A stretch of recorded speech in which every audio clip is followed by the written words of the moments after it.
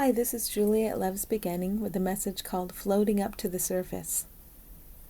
As I continue the release of fear, thought by thought, feeling by feeling, I'm amazed at all the pieces of my perceived past that come bubbling up to the top. Just keep letting go until there is nothing left to release. Each thought, each feeling that rises to the surface was something you cherished as your very own self. A grievance, a judgment, a perception of blame. When the specter of that thought rose up within you for release, you innocently stuffed it back down, unwilling to feel pain, preferring to hide from it. Now you are not recirculating the thoughts and feelings, maintaining a vision of a separate and vulnerable self. You are allowing that to dissolve. You are using those thoughts and feelings to see through the illusion of the self you thought you were.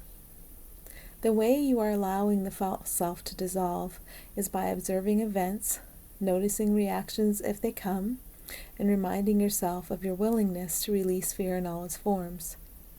As the watcher of this process, you are aware that you are not that separate and vulnerable self. That was just a dream. More and more, you understand response rather than reaction. The structure of what you thought you were is crumbling, but it is not at all alarming because you are now firmly in touch with what you truly are, the simplicity of love, of stability, of beingness.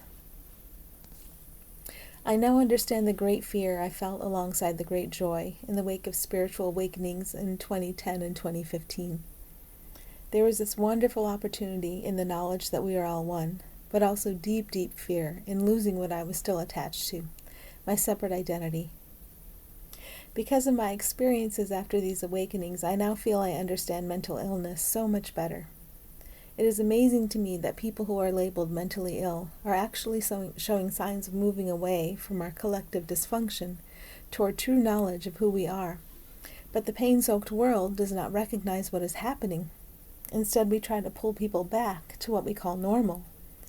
Understanding that this is a passage through, coming to know the dysfunction of separate self and ultimately agreeing to release the perception of it. What a relief. Those who have made this journey are in a position to see how those suffering intensely from mental illness are confronting the insanity in deep fear of the separate self. It's actually a journey away from insanity to sanity. On the way, you see clearly the dysfunction of the separate self. As more of you understand that this is a journey, though, you can be truly supportive of your brothers and sisters who are moving toward true understanding of who we are collectively. Now, when a negative thought surfaces, you can see it as a piece of the false self breaking free and coming into your awareness for release. Your job is simply to usher it out. Bathe it in the light of awareness.